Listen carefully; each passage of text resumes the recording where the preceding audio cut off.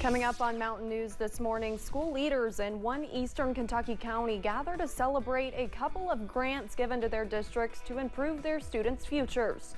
And a local children's advocacy center continues its mission of making sure children are safe by teaching the community how to spot signs of abuse. Dedicated to Eastern and Southern Kentucky, this is WYMT Mountain News This Morning. Good morning, I'm Olivia Calfee. The time is now 4:59 on April 26th. Now let's check in with Brandon Robinson for a look at your forecast this morning. Brandon, we had another chilly morning again. Yes, but it wasn't as bad as yesterday and the day before. Temperatures are a little bit warmer this morning, but again, I think we're going to see some warmer days ahead before a cold front comes through this weekend, knocking us right back a few notches. Still below average, though, for this time of the year. Let's take a look at satellite and radar the last 6 hours. Not a whole lot to show you just yet. Mainly clear skies, but a few clouds starting to drift in. But as we head down to the south, you see some rain already on the horizon, not close to us just yet, kind of moving along a boundary to our south, but it's going to move in this direction in the next day or so. Now, our camera network this morning from WYMT to Buffalo Mountain to Whitesburg, London Corbin Airport to Pikeville and to Jenkins, everything is all quiet this morning. No major issues across the region. So we're going to continue to watch that. We're looking at temperatures a little warmer this morning, as we mentioned. Coldest spot is Clintwood at 32. Everybody else is above freezing there by several degrees, and Jackson, the hot spot this morning, at 47. Out the door forecast, we were trying to split the difference there around 40, give or take a degree or two. We're going to continue to see temperatures go up about 70 today with a mix of partly to mostly cloudy skies. Some stray chances for rain are possible, but I don't think we'll see much of anything today. Olivia? All right, thank you, Brandon. Partners for Rural Impact was recently awarded 2 new grants for Letcher County and Jenkins Independent Schools. And yesterday, community and school leaders gathered together to discuss their plans to elevate the outcomes of every student in the county. I was able to attend the event to learn more about the grants and the community leaders' goals. Every child, every day. And it takes a community coming together to ensure no child is left behind. That is what Partners for Rural Impact Associate Vice President Eamon Couch says is necessary. There's already amazing work happening in every community, but how often do they actually come together and have a conversation? And so today's agenda was very driven and very purposeful around saying, what is your contribution?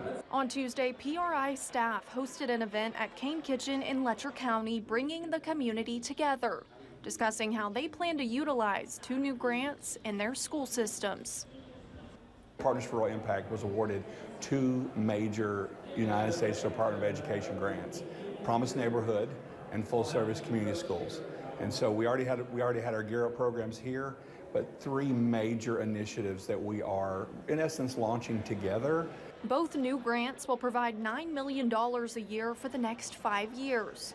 Letcher County Public Schools Superintendent Denise Yantz says she is thrilled to see the community pulling together to ensure the money is used in a sustainable way. That at the end of the money in 5 years, that the programs and the things that we have created here in Letcher County can continue, even without that financial support, that we put systems in place that are sustainable so that students for years to come can benefit from it. And Jenkins Independent Superintendent Damian Johnson says their primary job in education is to open doors and create opportunities for students. And that's exactly what these grants do. They give us opportunity to provide our students with resources that we otherwise would not have, and to take them places and show them things that we otherwise would not be able to show them.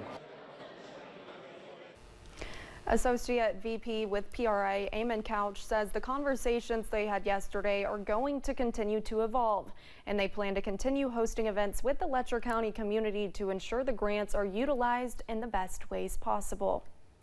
The University of Kentucky College of Medicine has a reason to celebrate. It is preparing to send a record number of graduates into the workforce. The College of Medicine's leaders say 190 medical students are set to graduate. They say the graduating class will help to alleviate a long-standing shortage of physicians here in the Commonwealth. Those students are located across the University of Kentucky system. Those locations include Lexington, Moorhead, Bowling Green, and Northern Kentucky. The graduation date for the UK College of Medicine is set for May 13th.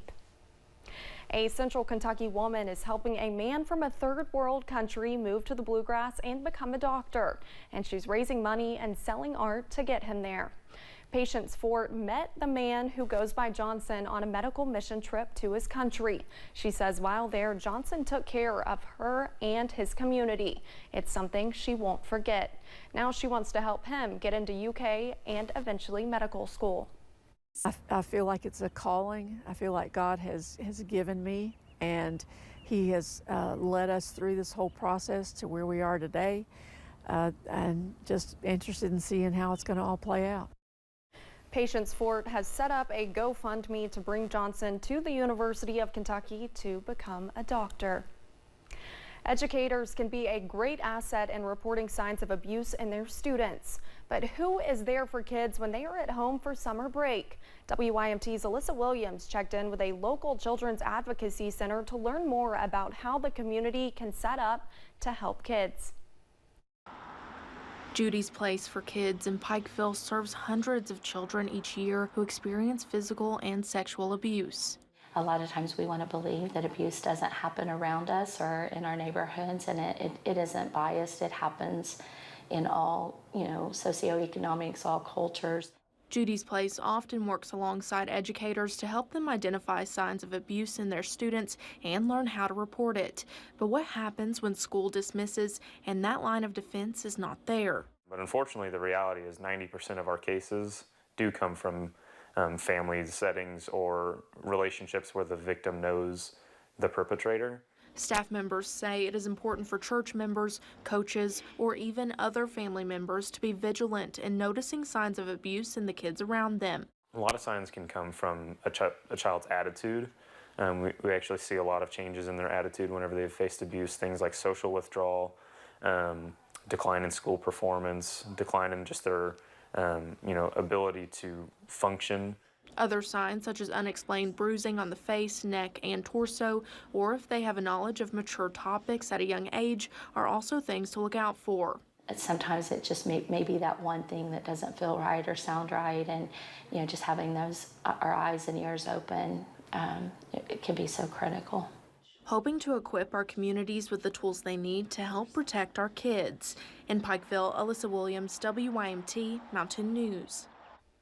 Those with Judy's Place for Kids say adults have a legal obligation to report abuse if a child discloses it to them or if they have a reasonable suspicion that abuse is taking place. For a list of resources about who you can contact, visit WYMT.com. Thanks for getting your day started with us here on Mountain News this morning. Coming up, in honor of National Park Week, we take you to the great outdoors to explore some of the incredible sights the U.S. has to offer. And rain chances are on the way back, and we could see some spotty showers as early as today and tonight. The latest details in about 3 minutes.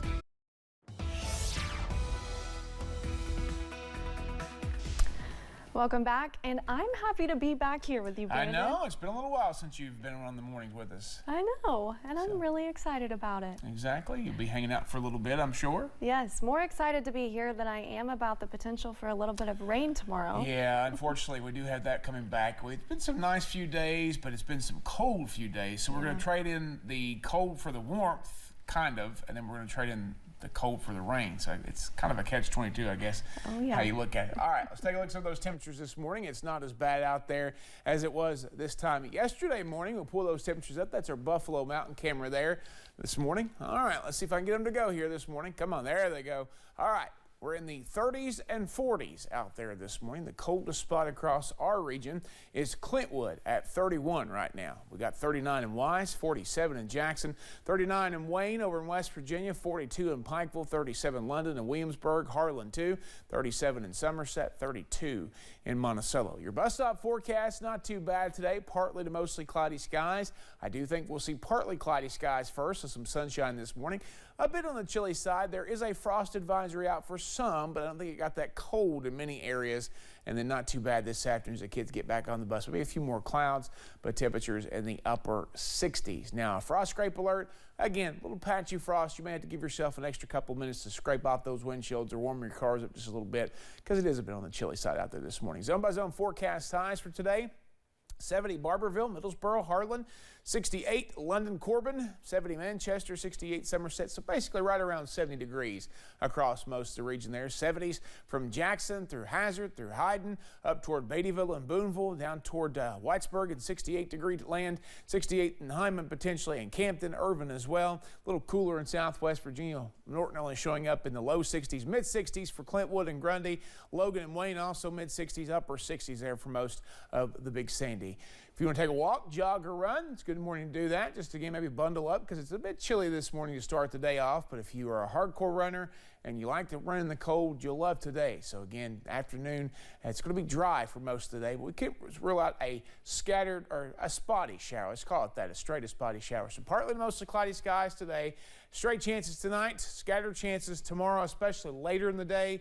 Showers and storms on Friday, and then some spotty chances again on Saturday. So we're going to go back and forth. Now, we're going to start our future view tomorrow morning because we really don't have anything to talk about today. So tomorrow morning, starting the day off dry, not too bad out there. By lunchtime, you see them coming in from the south. So again, first part of the day should be dry. Second part of the day, maybe not so much. We go on into the afternoon and evening hours, spotty chances, scattered chances as we head into the rest afternoon hours. Some of those could be on the heavier side there, so watch out for that. We're also going to continue to see a line of storms by about 11 o'clock tomorrow night. Try to work into the western counties, but watch what happens as we head into the overnight hours. They scoot off to our north and west. Now, parts of our northwestern counties there, like Rowland, back over toward Powell, Menifee, over toward Estill, and those counties could get clipped by that. But I think most of us kind of stay in the spotty chances for rain, and then it's off and on throughout the day on Friday. Scattered chances there, maybe some rumbles of thunder on Friday during the day as well. And that's basically as far out as we can go at this point. So in the 7-day forecast with the weekends always in view, just get ready for some cooler air, especially on Sunday, because Saturday a cold front's coming through. We're going to drop into the 60s and 50s by early next week. Olivia? All right, thank you, Brandon. In celebration of Earth Month, we're taking you to the great outdoors to explore incredible things happening in our national parks. CBS's Nicole D'Antonio takes us to the front lines of environmental protection, where it takes a team of thousands of volunteers to preserve hundreds of parks, some which exist in your own backyard. From sea to shining sea, from rocky canyons to rushing waters and marshy swamps, National Park Week started more than 30 years ago and is now celebrated every April during Earth Month. More than 300,000 people volunteered to help the National Park Service manage the parks. Volunteer Dave Jacobson says he first got involved after he retired. Most everybody that I come across here, they're in a good mood and they're having a good day. And the reason they're having a good day is because they're here. The National Park Service hopes to restore the number of visitors to pre-pandemic levels. But today, there are about 15 million fewer visitors than before the pandemic. This view is a big reason why people travel to visit Great Falls Park. And this is one of more than 400 national parks all across the country. Maria Stursiker, a National Park Service ranger, started as a volunteer. My nature was I played soccer. I thought the grass was nature, and that was good enough. In addition to volunteering, the National Park Service encourages people to use the campsites, get involved in park conservation, or just walk around for a day. We have 3 kids, and so we planned an us day, and we make it a special occasion. So this us day, we was going straight to Great Falls. The park rangers say the fresh air, sunshine, and their distinct differences are key components to each of our national parks. Nicole D'Antonio, CBS News, Great Falls, Virginia. While some national parks charge a fee, you can also purchase an annual pass for $80. And during your visit, the National Park Service wants to see and share your park experience. Use the hashtag #MyParkStory. Still to come this morning, Americans seem a little bit more worried about how our economy is doing these days, as confidence in the job market continues to. Welcome back. The time is 5:18. Let's take a look at some financial news this morning. U.S. stocks took a tumble Tuesday, driven by new fears over the banking industry. The Dow plunged 344 points. The Nasdaq sank 238 points, and the S&P 500 fell 65 points. Americans seem a little more worried about the economy these days. The Conference Board's consumer confidence measures attitudes towards the economy and the job market. Consumer confidence dropped from 104 in March to 101.3 this month. It's been at a low enough level that it is associated with a recession within the next year since last February. The number only briefly crawled above that territory once in December. People are concerned about inflation and jobs, and they expect things to get worse in the next 6 months. House Speaker Kevin McCarthy told reporters he believes the Republican-controlled House will pass a bill to increase the nation's debt limit by $1.5 trillion for 1 year by the end of the week. McCarthy's legislation also calls for a $4.5 trillion in federal spending cuts. The White House has threatened to veto should the bill reach President Joe Biden's desk. In a few years, you might be able to heat your house using the ground beneath it. The Biden administration is spurring research into geothermal heating and cooling methods. The methods harness below-ground energy to save consumers money and help reduce greenhouse gases. Geothermal energy sources are common in Europe but underutilized in the U.S. That is where the Department of Energy comes in. 11 communities across the U.S. will be given funding to design geothermal projects. Those looking to buy an electric vehicle are about to lose a popular option. General Motors says it is ending production of its best-selling EV, the Chevrolet Bolt, by the end of this year. Instead, the U.S.-based plant that makes the models will shift to produce electric pickup trucks. More than 2 million sledgehammers are being recalled over injury concerns. The Consumer Product Safety Commission says DeWalt, Stanley Fatmax, and Craftsman fiberglass sledgehammers are being recalled. They are all made by Stanley Black & Decker. The commission says the heads of the sledgehammers can loosen prematurely and detach unexpectedly. Officials have received reports of the sledgehammers causing injuries. The products were sold at hardware stores nationwide as well as online. Mattel has released its first ever Barbie doll with Down syndrome. The company worked closely with the National Down Syndrome Society to ensure accuracy with the doll. The Barbie comes with ankle-foot orthotics, which many children with Down syndrome use for support. The price tag for the doll on Mattel's website is $10.99. The time is now 5:21 when we return on Mountain News this morning. From the 6:06 to the NBA.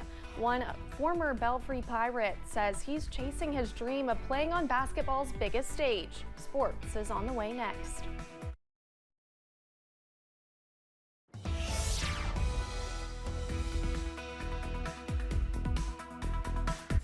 .525 here on this Wednesday morning. We continue to track some quiet conditions, but a little cool downtown Hazard Triangle Park this morning. Looking back toward the station, 36 here in town as we head out the door. Temperatures in the 30s and 40s region-wide. Warm spot 47 at Jackson. Cool spots, we have 32 Clintwood, Jonesville. See if there's anybody else there in the low 30s. Grundy's at 33, so is Manchester.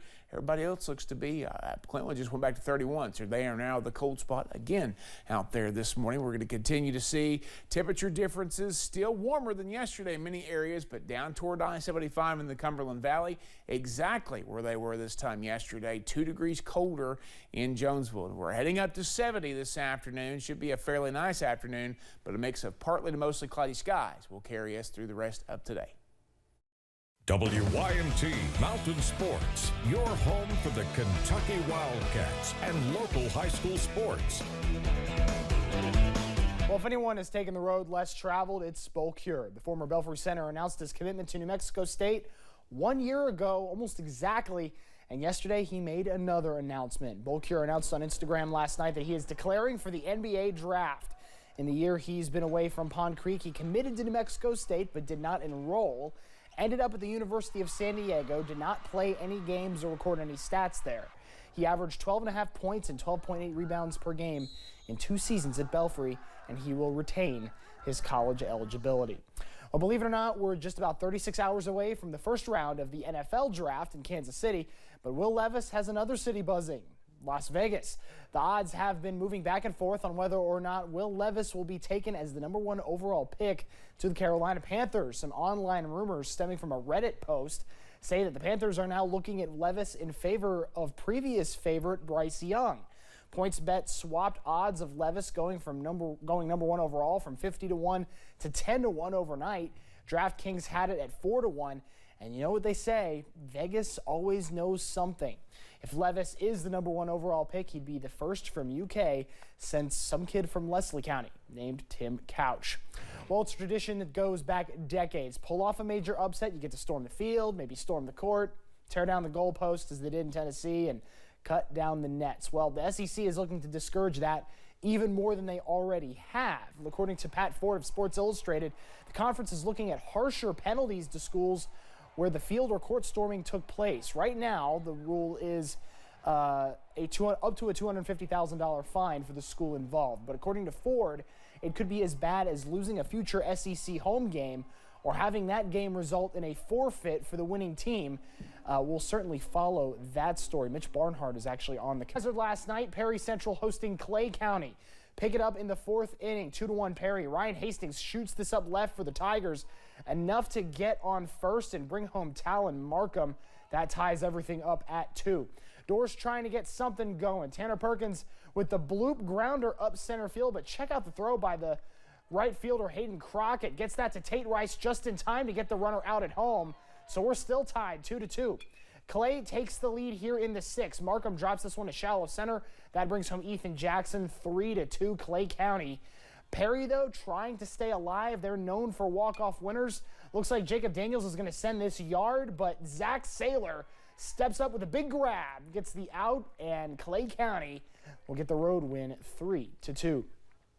Let's go into Mount Vernon. Rockcastle taking on KC County in district softball action. And extra innings here for the Rockets. Addison Lovell, she'll shoot this up the middle, and home comes Ella McKinney from second. And the blue and red going B-A-N-A-N-A-S, bananas. The walk-off win gives Rockcastle County at least a share of the 47th regular season district title. Congratulations, ladies. Pretty big game up in Cincinnati last night as well. The Reds pulled off their 2nd straight comeback win over the Rangers. They clinched the series, but man, they were down 6-0 at one point, scored 6 runs in the 8th inning, and added another one later on, and that ended up being the final up in Cincy. They have the series finale later on today. It is something the entire Bengals fan base is waiting to hear. They've been waiting to hear for a while. The words Joe Burrow and contract in the same sentence. Well, that happened yesterday, but it's not the big extension. The Bengals announced yesterday that they picked up the 5th-year option on Burrow's rookie deal. Think of it as an insurance payment in case they don't agree on a long-term deal. That will happen. They're still negotiating. Both sides are. This does guarantee that he's under contract in Cincinnati for at least the next 2 seasons.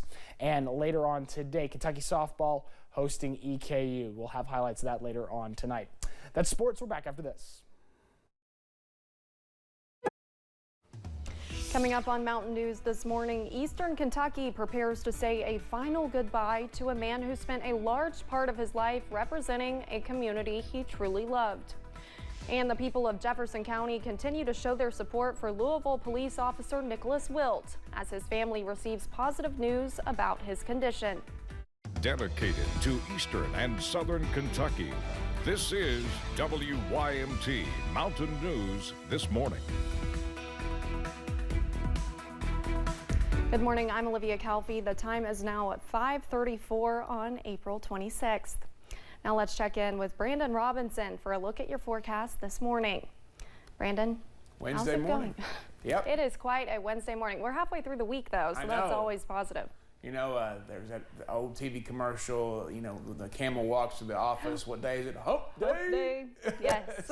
Happy hump day, everyone. Exactly. All right, let's get into the forecast this morning here, and you'll see we're fairly quiet. Not too much going on here across our region, at least for now. We could have some spotty rain chances later today, but I-75 at Corbin down that way, 37, a little chilly in some spots this morning, but most spots there in the upper 30s and low to mid 40s. Jackson, the warm spot at 47. We see 33 in Manchester, 32 in Jonesville and Grundy, 31 in Clintwood, but a lot of mid to upper 30s, which is outside of frost territory. So even though there is a little bit of a frost advisory left over for some folks, most folks not seeing that this morning. There may be some patchy frost, so give yourself an extra couple minutes.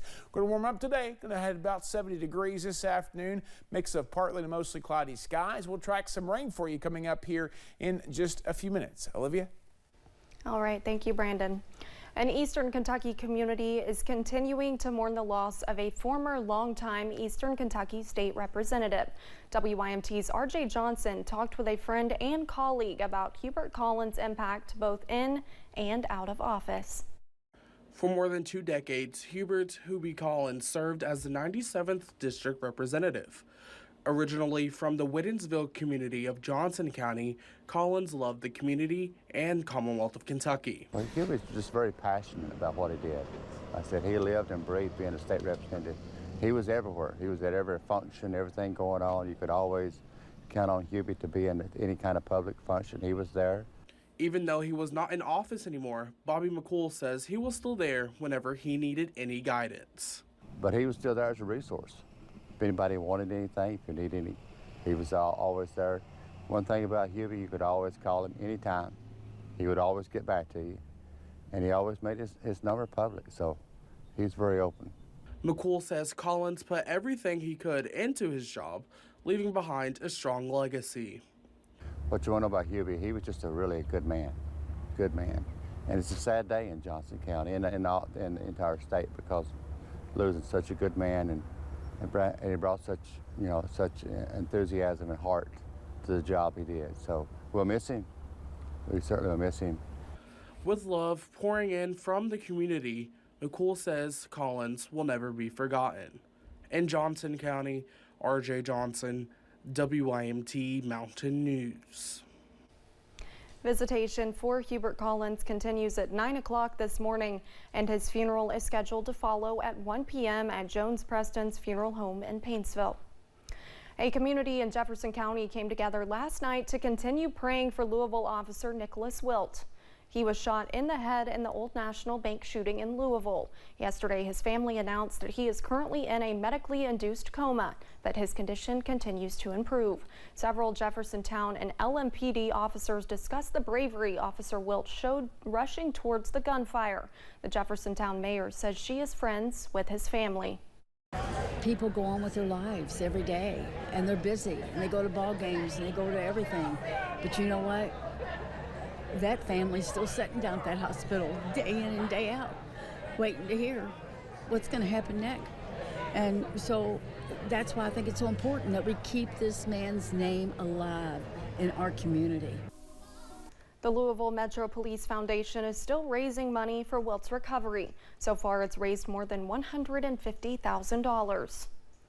Natural Bridge State Resort Park in Powell County remains closed as forest officials work to find out what caused a wildfire. Officials with the Kentucky Division of Forestry suspect arson was the cause of the fire. It burned 125 acres and it took about 100 firefighters 1 week to put it out. We had defined areas where our crews could come off the top of the mountain and maybe a break in the cliff line where they could establish their control lines and be able to hold the fire. It's not clear when the state park could reopen. It will be up to park officials to determine when the trails will reopen and if any repairs are needed before visitors return. Natural disasters have ravaged Kentucky during the last year and a half, from tornadoes to floods. But during those efforts, state leaders learned Kentucky is the only state in the South that does not have a state-organized search and rescue team. The governor held a bill signing ceremony yesterday for a bill that changes that. It sets up a search and rescue office within the state emergency management agency. The office will be able to coordinate search and rescue resources from fire departments stationed all across the state. The goal is to get search and rescue teams on the ground faster. We can take that response to another level. With this organization, with the type of cooperation between different groups across Kentucky, we can be there for one another. Search and rescue teams from across the country helped search for people following the Mayfield tornado and the flooding in eastern Kentucky. Kentucky crews also saved lives, but they say it took longer to coordinate their response. The Kentucky Lantern is reporting on a recent change in state law that will require Kentuckians to purchase a hunting and fishing license even if the activity is on your own property, if it's less than 5 acres. Senate Bill 241 had the main purpose of creating more conservation easements across the state. Governor Andy Beshear vetoed it, but the legislature overrode him. Rick Zimmer, president of the Kentucky League of Sportsmen, said he wishes sportsmen and women had more say on such matters. Grammy Award-winning singer and Kentucky native Carly Pearce is set to perform at this year's Kentucky Derby. Pearce will sing the national anthem before the race around 5 p.m. She's known for her hit songs What He Didn't Do and I Hope You're Happy Now. Pearce was born and raised in Taylor Mill, Kentucky, and singer-songwriter Rachel Platten will be performing the national anthem for Kentucky Oats 149, as well as a live performance of her hit Fight Song during the Survivors Parade honoring cancer survivors. Just ahead this morning, Ed Sheeran heads to court as he tries to battle a lawsuit accusing him of copying a popular song. And we're starting the day off a touch warmer, but unfortunately those clouds will continue to roll in ahead of some rain chances later tonight and tomorrow. We'll have the latest in about 3 minutes. Why is this?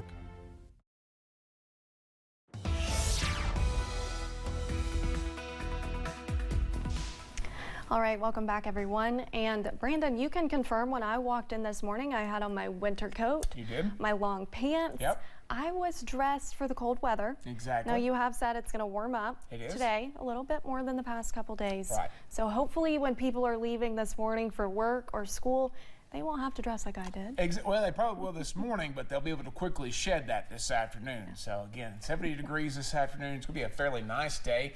Let's take a look at some current conditions. I-75 at Mount Vernon, not too bad out there this morning. Some light traffic, but not a whole lot. Some tractor trailers out moving back and forth. Kentucky Mesonet temperatures this morning. If we can get our graphic to go, it likes to hang on us sometimes. I don't know what's going on there. There we go. Kentucky Mesonet temperatures. Black Mountain sensor is still out. Whitesburg, Hindman in the mid to upper 30s there. Hindman, I believe, is the warm spot this morning at 39. Whitesburg and Louisa both at 35. Looks like Paintsville is the cold spot by 1 degree at 32. Now on the what to wear forecast, I did take the winter coat off today, but I added the hoodie. So again, just something to kind of keep with you just in case you are a little bit cold natured this morning.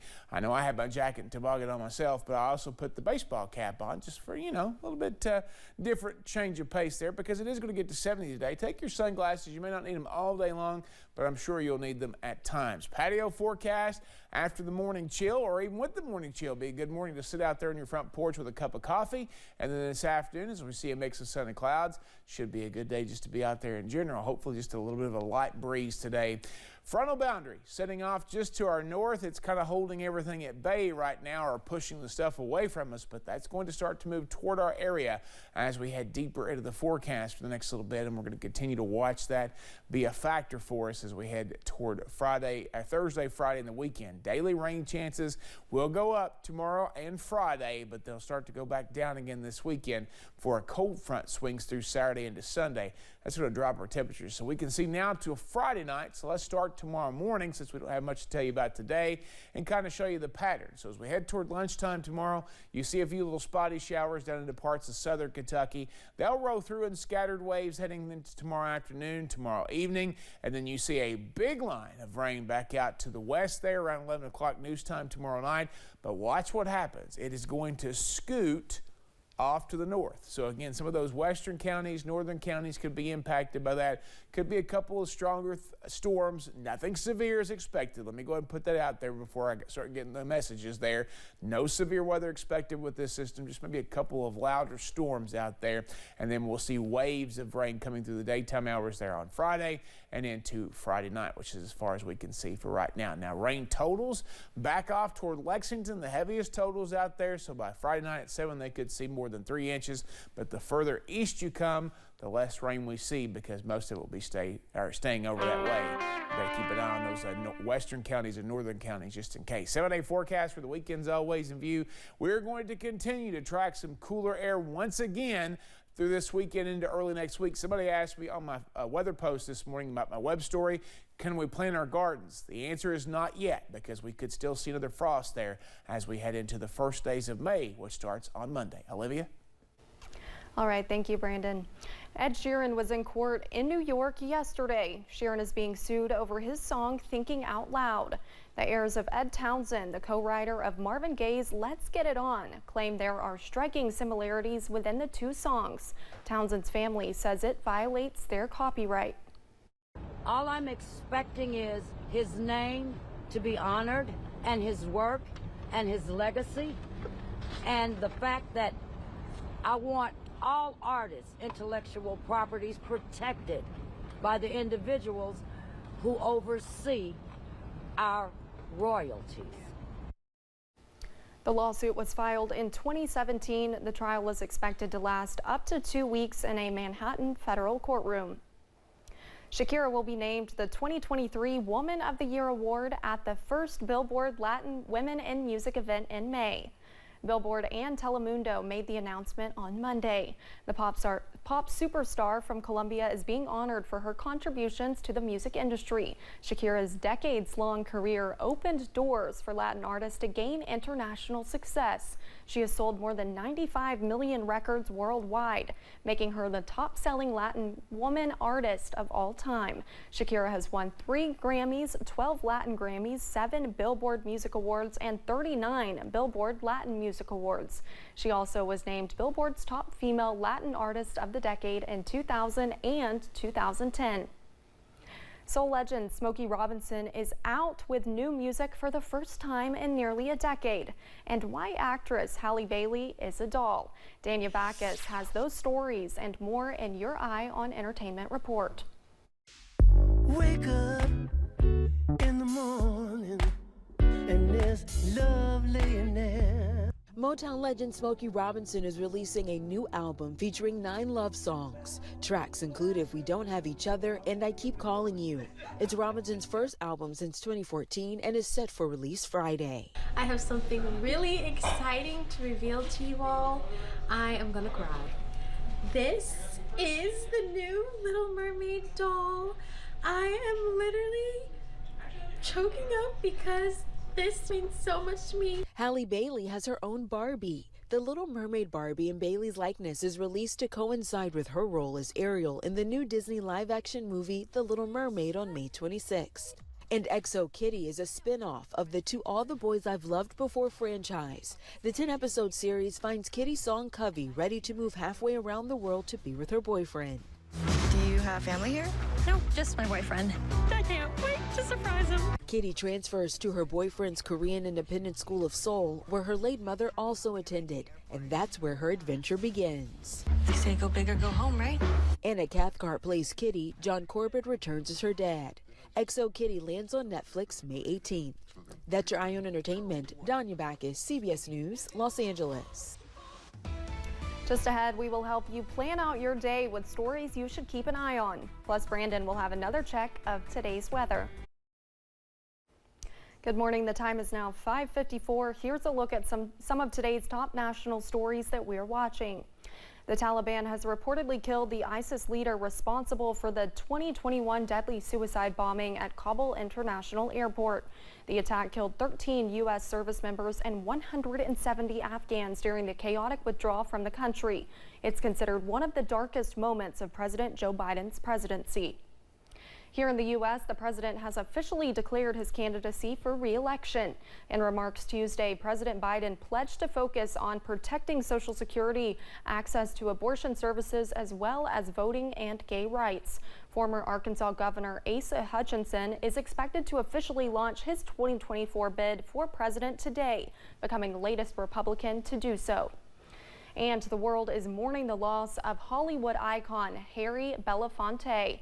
The legendary entertainer and civil rights pioneer died of congestive heart failure Tuesday at the age of 96. In a statement, Vice President Kamala Harris called him one of our nation's most powerful voices for change.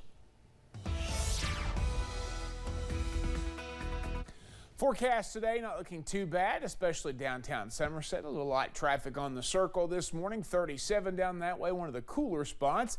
37 across parts of Harlan there this morning. 35 in Irvin, 31 in Clintwood, 32 Grundy, 39 in Wise, 34 in Middlesboro, 44 now in Jackson. They've dropped quite a few degrees there, 3 degrees in the last little bit. Still the warm spot though, and 43 right behind them in Pikeville. So your breakfast forecast, as you pour your frosted weather wheats into a bowl, we're going to see temperatures slowly climb. We're trying to balance out there between those 30s and those 40s, trying to hit low 40s there this morning. So again, we'll see how it plays out. I think we'll see some sunshine early and then more clouds as we build deeper into the day at times. Partly to mostly cloudy skies and temperature right around 70. Time is 5:56. Good morning. You're watching Mountain News this morning right here. Coming up on Mountain News this morning, a controversial method for water treatment seems to no longer have a future in one southern Kentucky city after some public outcry. And Kentucky doctors see a spike in strep throat cases as the numbers reach their highest point in 6 years. Dedicated to Eastern and Southern Kentucky, this is WYMT Mountain News this morning. Good morning, I'm Olivia Calfee. The time is now 6 o'clock on April 26th. Now let's check in with Brandon Robinson for a look at that forecast this morning. Brandon, it's a great chilly morning, perfect to grab a warm cup of coffee, get your day started off right. Exactly. It's a good day just to kind of be up and moving because there's not as much frost this morning as there has been the last couple of days. I did notice on my windshield this morning, I live in one of the sheltered valleys we talk about all the time. It gets a little bit colder, just a little bit of moisture, not quite frozen just yet, but you may see some patchy frost out there this morning. Give yourself time to get those cars warmed up. Let's go over to Jenkins, not too far from where I live on US 119, US 23. Some light traffic up there heading into Southwest Virginia this morning, but otherwise not too bad. Temperatures 31 in Clintwood to 44 in Jackson. A lot of mid to upper 30s, low to mid 40s out there this morning. Looks like 43 Pikeville, 42 Monticello's the next closest spots, also 43 in Wise. And looks like to Clintwood you see Prestonsburg just jumped to 41. 32 there in Grundy, 33 Manchester, and 34 in Jonesville. I was double checking there, make sure I didn't miss anybody. What is today's forecast? In Jeopardy style for 400, we say what is partly to mostly cloudy skies. 70 degrees out there. It's going to be a fairly nice day. Get out there and enjoy it. Olivia? All right, thank you, Brandon. A controversial wastewater treatment method will no longer take place at a southern Kentucky city. The process of treating leachate, which is a liquid collected at landfills after it runs over solid waste, will no longer happen in Somerset. The action comes after a crowded and at times intense and emotional city council meeting. WYMT's Phil Pendleton talked with those for and against the treatment plan and has more on the debate. Logs and other debris typically gather on Lake Cumberland this time of the year, but the issue that brought so many out to the city council Monday is over an invisible substance people say is hazardous and doesn't need to be treated in Somerset so close to the lake. To bring it here and dump it into our wastewater treatment plant. And in the recent months, they've ramped up the average daily gallons to right at 100,000 a day. McShirley says that liquid eventually makes its way into Lake Cumberland, and he fears the health risk of forever chemicals. Somerset's mayor says this practice is not unique to this area. Glasgow, Georgetown, Maysville, Owensboro, larger markets, Louisville, and nearby states, Knoxville, Nashville. Keck says Somerset made $500,000 a year in allowing the leachate to be treated there. But after a contentious meeting Monday, the council voted unanimously to end the practice. I always encourage citizens to show up, share their heart, but the way in which it was done was a little disappointing, but they made their voices heard. The council responded accordingly, and so we're going to have to make some changes. The standing room only, there were probably 100 people, more or less. Everybody that was there, other than city employees, were against leachate. Shirley says some in the U.S. government have not responded to their concerns, but believes the EPA will eventually issue new mandates against leachate. He says the substance is similar to what recently led to lawsuits at Camp Lejeune. Keck says that's a terrible comparison. They dumped leachate there for years. Anybody that lived there that was diagnosed with certain cancers or other illnesses has a claim, and you only had to live there 30 days. That's insanity. And again, fear mongering. I don't know who you interviewed, but there's no real comparison. This is the EPA and the State Division of Water's mandated way to treat it. Keck says problems with treating leachate need to be directed at the state, not at them. In Pulaski County, Phil Pendleton, WYMT Mountain News. Somerset received leachate from several landfills in the area. Partners for Rural Impact Appalachia staff hosted an event at Kane Kitchen in Letcher County yesterday. PRI staff say they were recently awarded 2 major grants for Letcher County Public Schools and Jenkins Independent. Associate VP of Partners for Rural Impact, Eamon Couch, says their goal for the event was to bring community leaders together to help them utilize the funding to its maximum potential. It's been really fun to hear them talk and dream and imagine and think about what's possible 10 years down the road, because these grants, 50 new jobs to Letcher County, which is amazing, resources, manpower, focus, attention. It's going to get some national attention. Couch says the 2 new grants will provide the county $45 million during the next 5 years. A Central Kentucky woman is helping a man from a third world country move to the Bluegrass and become a doctor. And she's raising money and selling art to get him there. Patience Fort met the man who goes by Johnson on a medical mission trip to his country. She says while there, Johnson took care of her and his community. It's something she won't forget. Now she wants to help him get into UK and eventually medical school. I feel like it's a calling. I feel like God has given me, and He has led us through this whole process to where we are today, and just interested in seeing how it's going to all play out. Patience Fort has set up a GoFundMe to bring Johnson to the University of Kentucky to become a doctor. The University of Kentucky College of Medicine has a reason to celebrate. It is preparing to send a record number of graduates into the workforce. The College of Medicine's leaders say 190 medical students are set to graduate. They say the graduating class will help to alleviate a long-standing shortage of physicians here in the Commonwealth. Those students are located across the University of Kentucky system. Those locations include Lexington, Moorhead, Bowling Green, and Northern Kentucky. The graduation date for the UK College of Medicine is set for May 13th. New research says strep throat cases have reached their highest point in 6 years. The sharp increase comes as the federal COVID-19 health emergency nears its end. Jeremy Toms talked with a Lexington physician about the trends. As with other infections, strep throat cases dropped off during the COVID pandemic. But this report reveals that strep hit a level this February that was 30% higher than its pre-pandemic peak in 2017. Dr. Fox says it's not surprising to see it has come back. During the pandemic, we masked, we washed our hands, we paid attention to social distancing, we didn't get in big gatherings. You know, that's gone away now. So strep, when it starts, you know, people aren't paying as much attention, so they can infect other people.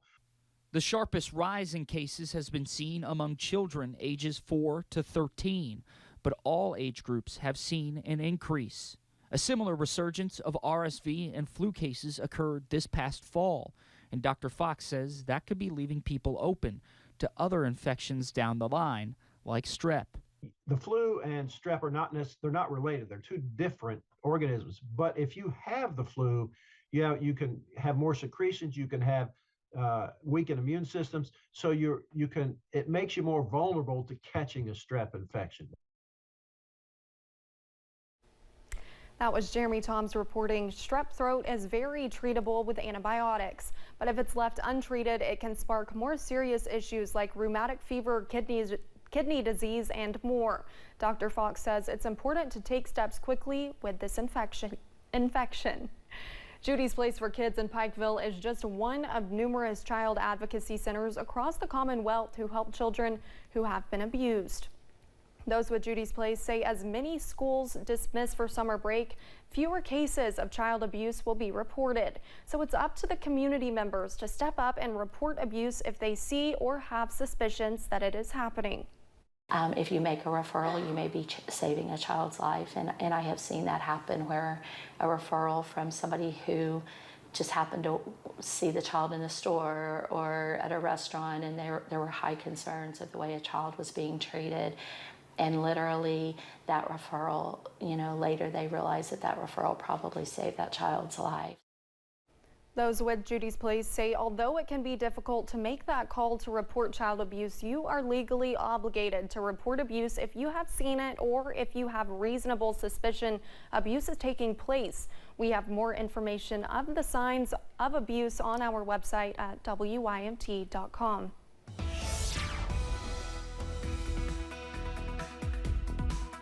6:09 here on this Wednesday morning, middle of the week, middle of the road forecast. A little cool out there this morning, but not as cold as it has been. Let's take a look up on top of Whitesburg Pine Mountain. A little bit of light traffic up there as daylight starting to break there, 42. Down that way this morning, we're also seeing 41 just up the road in Pikeville, Prestonsburg, and Logan. 44 the warm spot in Jackson, 42 over in Monticello, and everybody else is in the 30s except for actually Wise. I didn't catch Wise there in the middle of all those cold spots there at 43. Clintwood is the coldest at 31, followed by Grundy at 32 and Manchester at 33. Heading up to 70 this afternoon. Going to be a beautiful day out there with a mix of clouds and sunshine. Enjoy it. Some stray rain chances return tonight and spotty rain chances tomorrow. Olivia? Thank you, Brandon. And thanks for joining Mountain News this morning. And more news is on the way. Coming up, the Taliban takes responsibility for the death of the leader behind the bombing at an Afghanistan airport that killed 13 U.S. service members, along with many.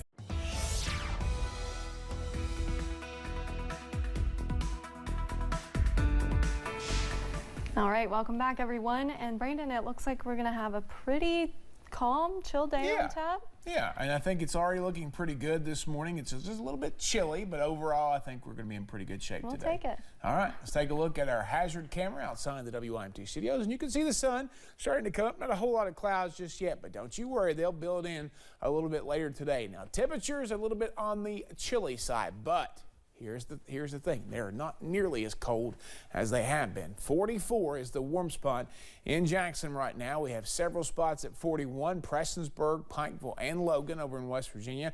39 Wayne, Moorhead, 36 in Somerset, Williamsburg, London, Jacksboro, 31 in Clintwood, 32 Grundy, and 33 in Manchester. Bus stop forecast for you this morning.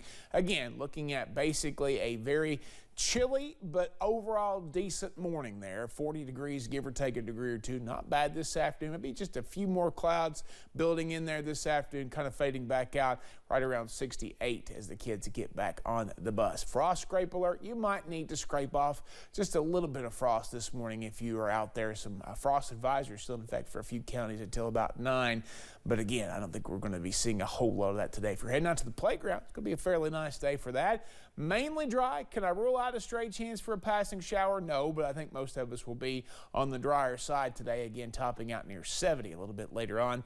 Again, we're watching this frontal boundary, and it's continuing to stay stalled out, so it's pushing all the moisture to our south right now, and we're going to continue to see that trend as we head through the next couple of days, but it's kind of wedged. You see all this moisture, kind of the rain train driving across parts of Tennessee. It's kind of staying out of our area for now, but that may lift a little bit and let it come across the border to us. Now, rain chances basically start to go up as early as tomorrow there. You see kind of going toward the scattered chances. Do I think it'll be an all-day washout any day in the next couple of days? No, but I do believe we could see some better than average rain chances there as we go through the next couple of days. We start to kind of drift off there for the weekend and into early next week, but you can see there's at least a chance for rain all the way through next Tuesday. Now, we start tomorrow with Future View. Starts off pretty dry in the morning there at 7 o'clock, so we'll be talking about basically the same thing tomorrow there. We talked about today. Some rain chances will start to move in by lunchtime. They'll come through, and this is the latest model update, by the way. It usually comes in about 6 o'clock this morning, and you'll see some heavy pockets of rain coming through there for a while. Now, here again, the 11 o'clock news time hour tomorrow night, you'll see some heavier pockets of rain, maybe some rumbles of thunder out that way into the northern and western sections of the area, but it drifts off to the north and west. And again, overnight going into Friday morning, some pockets of heavy rain, again, drifting off to the north and west, and most of us won't be impacted. And I do believe we see scattered chances for showers, maybe some rumbles of thunder there on Friday as well. So no severe weather in the forecast. The main thing we're kind of concerned about is possibilities for heavy rain We'll keep an eye on that for you, keep you posted, but right now, no major issues in that forecast. 7-day forecast for the weekend's always in view. Again, rumbles of thunder kind of late Thursday into Friday. Drying out just a little bit, but overcast on Saturday. Rain chances return with a cold front on Sunday, and then we dry out and cool down early into next week. Olivia? Thank you, Brandon. Overnight, the Department of Defense confirmed that the ISIS leader behind the 2021 suicide bombing at Kabul's airport is dead. 13 U.S. service members were among the more than 100 people killed in the attack, which took place in the final days of the U.S. withdrawal from Afghanistan. Jared Hill has more from New York. Almost 2 years since the deadly blast that killed 13 American troops at Kabul's international airport, the U.S. has confirmed that the ISIS mastermind behind the attack was killed by the Taliban. U.S. Marine Staff Sergeant Taylor Hoover was one of the 13. His father, Darren Hoover, says he was told yesterday of the ISIS leader's death. Nothing's going to bring Taylor back, and you know, we understand that. We get that. He set his legacy, and nothing's going to take that away. The U.S. is not releasing the name of the mastermind, and Pentagon officials say the U.S. was not involved in the Taliban operation that took him out. I don't care who it was that killed him. It's one less terrorist that we have to worry about. The August 2021 suicide bombing happened near Abbey Gate during the final chaotic days of the U.S. drawdown from Afghanistan. More than 100 Afghan civilians were also killed. Marine Corps Sergeant Tyler Vargas Andrews survived. I'm thrown 12 feet onto the ground. I open my eyes to Marines dead or unconscious lying around me. U.S. officials learned of the ISIS leader's death weeks ago, although not from the Taliban. Instead, officials made the determination from their own intelligence gathering. Jared Hill, CBS News. CBS News learned on Monday that Pentagon had begun contacting the families of the U.S. service members killed in the attack, but the White House had asked CBS to hold its reporting until all 13 families were notified. White House officials say the timing of this confirmation is purely coincidental with President Joe Biden's re-election announcement. Here in the U.S., lawyers for suspected University of Idaho killer Bryan Kohberger want to compel one of the surviving roommates to testify in his trial. They are asking a Nevada court to force Bethany Funk to travel to Idaho in June. She went home to Reno after her 4 roommates were stabbed to death in their off-campus home in November. Kohberger's lawyers say Funk has information unique to her experience that is material to the charges. Funk's lawyer is fighting the request. She says Kohberger's team hasn't said what information they want, and there was no hearing before a subpoena was issued, as required by Nevada law. Disbarred attorney and convicted murderer Alec Murdaugh is facing additional tax evasion charges. A South Carolina grand jury returned a new indictment against him, alleging he failed to report more than $2.1 million in illegally earned income in Colleton County from 2020 and 2021. In December 2022, the grand jury also indicted Murdaugh on tax evasion charges in Hampton County. He's accused of failing to report nearly $7 million in illegally earned income from 2011 to 2019 there. He faces a total of 101 charges from 20 indictments, accusing him of defrauding victims of more than $8.7 million. Prosecutors with the Manhattan District Attorney's Office are asking for a protective order in former President Donald Trump's criminal case.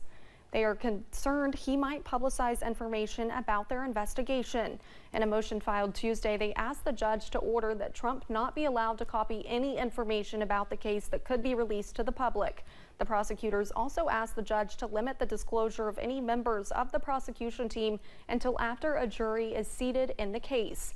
They cited former President Trump's past statements about District Attorney Alvin Bragg and the judge in the case. Just ahead on Mountain News this morning, if you're working on plans for Mother's Day, an Illinois zoo is offering a nice gift idea for anyone whose mom is a big animal lover.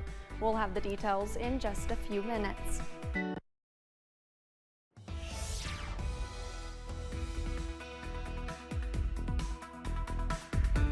6:25 on this Wednesday morning. We're taking a look at the Mountain Parkway camera. I kind of like this time of the year. I like this time of the year, and I don't like this time of the year. I like this time of the year because we can actually see our cameras earlier in the morning, but I don't like this time of the year because it stays daylight longer, and it's harder to sleep when it's still daylight at basically 9 o'clock, especially if you're an AM newser. Mountain Parkway, Wolf, Powell County line near Slade, 44 up that way this morning. Not much traffic. Temperatures in the 30s and 40s out there. 44 is the warmest spot in the region. Also at Jackson as well, 31 in Clintwood. A lot of mid to upper 30s out there. Some low 30s in Southwest Virginia and even parts of Southeast Kentucky there. Manchester at 33 and low 40s back over toward the Big Sandy. Emoji cast for today, partly to mostly cloudy skies, right around 70 for this afternoon. We'll see late chances for rain tomorrow on about 67, and then some thunder boomers there, some rumbles of thunder there on Friday as temperatures top out around 70 degrees. Let's take a look at your lottery jackpots. Don't forget Friday night's Mega Millions jackpot, $38 million. Tonight's Powerball jackpot is $37 million. Olivia? Thank you, Brandon. Mother's Day is a celebration for those we call mom and for all the amazing ways mothers support, protect, and nurture. To show appreciation, Brookfield Zoo in the Chicago area has a few unique gift ideas for anyone whose mom is an animal lover. Consider adopting a kangaroo or naming a parakeet. For names to be included on the 2023 Mother's Day Naming Board, donation submissions must be completed by May 4th. Money goes to maintaining the animal's good health. And zookeepers at the San Antonio Zoo in Texas celebrated the recent birth of a Francoise langur. The video posted on the zoo's Twitter page shows the baby monkey, who was born on April 14th, holding on to its mother on Tuesday. Francoise langurs, which are native to China and Vietnam, are classified as an endangered species by the International Union for Conservation of Nature. The zoo called the birth a big win for the species. The time is now 6:27 when we return on Mountain News This Morning. We take some time to honor one of the organizations that continues working around the clock to rebuild Eastern Kentucky communities nearly 9 months after. Coming up on Mountain News This Morning, an East Tennessee community continues to mourn the loss of a young firefighter after a crash took his life. And the show of support continues for a rookie Louisville police officer who was severely injured during a mass shooting. Dedicated to Eastern and Southern Kentucky, this is WYMT Mountain News This Morning. Good morning, I'm Olivia Calfee. The time is now 6:31 on April 26th. Now let's check in with Brandon Robinson for a look at your forecast this morning, maybe before you head out the door to go on to work.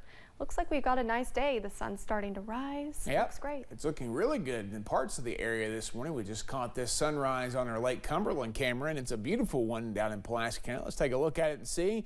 Lots of color in that sky this morning. Just a few clouds down that way. I think we'll see a few clouds drifting in to some counties this morning. Just a little bit of a light breeze too, but it's a chilly morning out there. Temperatures in Somerset and London both at 36, 38 Ashland, 31 Clintwood, 44 Jackson, 41 Logan and Pikeville, 36 in Williamsburg as well, along with 34 in Middlesboro, 37 in Harlan. Next few hours going to warm up quite a bit rather, into the upper 60s and low 70s out there today. We're going to see a mix of partly to mostly cloudy skies, but overall not too bad of a day. Olivia? All right, thank you. Many are mourning the loss of a young East Tennessee firefighter killed in a rollover crash. Captain Roy Sewell Jr. spent nearly 10 years with the North Tazewell Volunteer Fire Department. That's not far from the Kentucky border in Claiborne County, Tennessee. Now people who knew him best are remembering the 27-year-old for his life of service. Kristen Allen has the story. 27-year-old Captain Roy Sewell Jr. was someone every fire department would want on their team. If you want to strive to be like somebody, that's who it should be. The chief of North Tazewell Volunteer Fire Department, Leroy Brandt, says Captain Sewell was going on his 10th year as a firefighter and did everything he could to keep people smiling. He was someone who definitely believed in serving his fellow man. He liked to talk a lot. I mean, you ask anybody, he loved to talk, but he's always happy, always trying to make others happy. Monday was a busy day for firefighters and EMTs in Claiborne County. According to Chief Brandt, Captain Sewell was responding to an ATV accident involving a child. Crews had decided to use a helicopter to transport the child. Sewell was on his way to the scene. His last real radio message on the radio was, hey, where do you need me? THP says Sewell ran off the right side of the roadway and flipped the fire truck down an embankment. And with that big truck, you get a tire off the road, and there's nothing you can do. Now the volunteer fire department and community is remembering its captain and friend. We came back from the scene last night.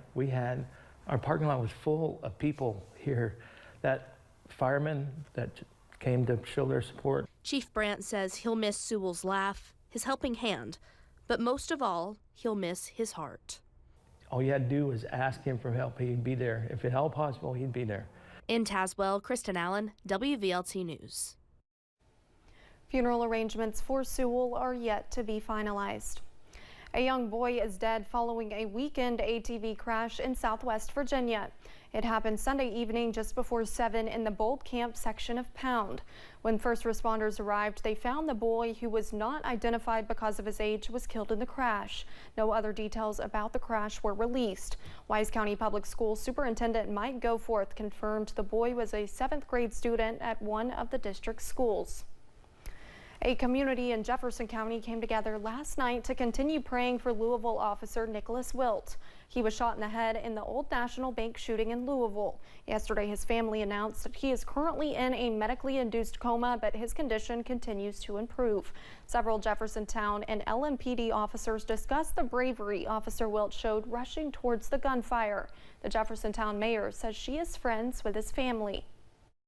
People go on with their lives every day, and they're busy, and they go to ball games, and they go to everything. But you know what? That family's still sitting down at that hospital day in and day out, waiting to hear what's going to happen next. And so that's why I think it's so important that we keep this man's name alive in our community. The Louisville Metro Police Foundation is still raising money for Wilt's recovery. So far, it's raised more than $150,000. Former Kentucky State Representative Hubert Hubie Collins will be laid to rest Wednesday. He died on Friday at the Highlands ARH at the age of 86. Collins served for more than 25 years. Colleagues say he was a big advocate for education. Representative Bobby McCool says Collins could work with legislators on both sides of the aisle. Well, just his passion for the people and certainly his commitment and openness, very transparent in what he did, and certainly that I want to glean off of those things as well and take those to the state as I go forward. His funeral will be held at 1 p.m. today at the Jones-Preston's Funeral Home Chapel. We continue to highlight people and organizations who have stood strong and helped Eastern Kentuckians through the troubling days and months following the July flood. I talked with the Housing Development Alliance Executive Director Scott McReynolds about their efforts following July 28th. The Housing Development Alliance's mission is to use the power of housing to transform lives and build a brighter future for the community. But on July 28, 2022, Executive Director Scott McReynolds says he knew that day the trajectory of their mission was about to change.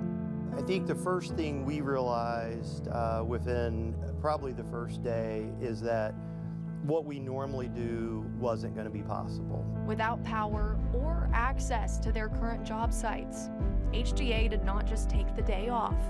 Scott McReynolds and the HDA staff made the decision to stand with their neighbors and figure something out.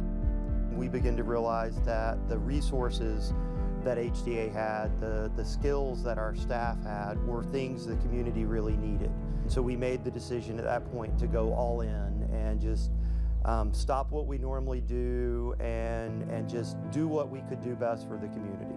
Since day one, the staff has used their skills to lighten the load for Eastern Kentuckians, initially helping countless families muck out their homes.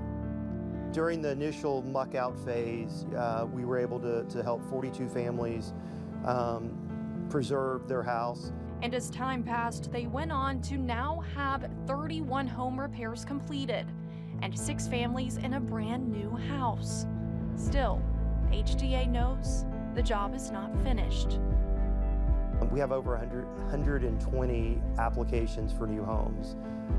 The need is just tremendous. As the need continues, HDA is seeing momentum.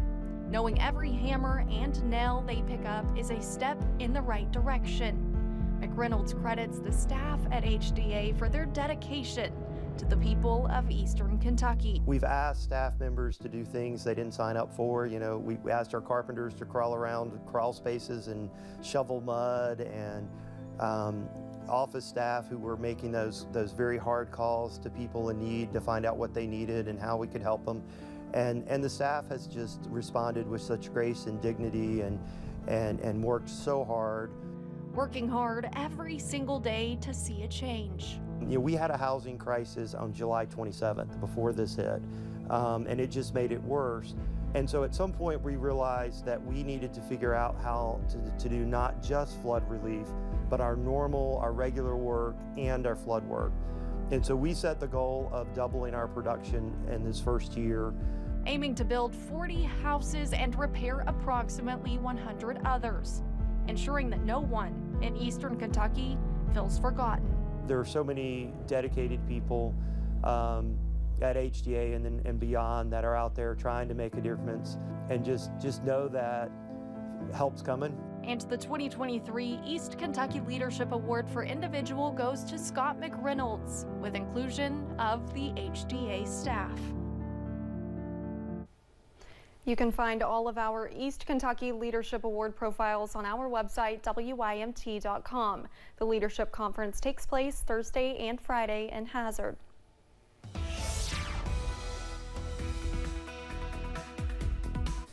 .640 here on this Wednesday morning. We're taking a look at UVA-wise, and you can see kind of a thin line of clouds over that way this morning. Otherwise, not too bad. One of the warmer spots in Southwest Virginia at 41, but surrounded by 30s. From 31 in Clintwood to 32 in Grundy, 34 in Jonesville and Middlesboro. Also Williamsburg this morning, 33 Manchester, 34 also in Irvin. We're starting to lose more of our 40s there, but Jackson still the warmest spot at 44, followed by Prestonsburg, Pikeville, and into Monticello, all still in the 40s. Also Wise hanging in there this morning, heading out the door. Speaking of out the door, we're going to see the out the door forecast take us into the 70-degree range a little bit later on.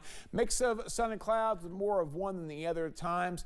I think we can keep the rain chances at bay today, but tonight and tomorrow they'll return. Olivia? All right, thank you, Brandon, and thank you for joining us. The time is now 6:41. Still to come on Mountain News this morning, we have bad news if you plan on making a visit to Yosemite National Park this weekend, as the park expects to see some issues with high water. Stop forecast, sponsored by Big Sandy Heating and Cooling, the king of comfort.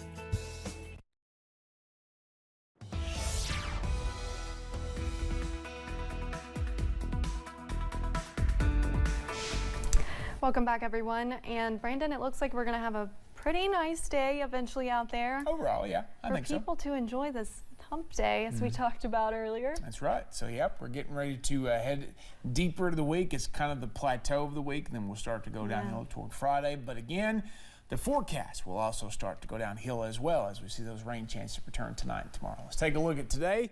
Pikeville over there at US 119, US 23, the intersection there near Pikeville Commons, 41. Not too bad over that way this morning. That'd be a touch of fog. It's hard to tell there behind the banner there this morning, but there could be a little bit. Mesonet temperatures have not moved a whole lot since the last check. Hyman still the warm spot at 39. We are seeing 35 in Louisa and in Whitesburg. 32 in Paintsville, one of the cooler spots this morning. Bus stop forecast for you as you head out the door again. A little chilly, light jackets. You'll be able to shed those a little bit later on today. About 40 degrees, give or take a degree or two, and then not too bad this afternoon. We're going to see clouds at times today, sun at times, and it's going to bounce back and forth. So we get up to about 68 as the kids get back on the bus a little bit later today. Let's take a look and see what you can do.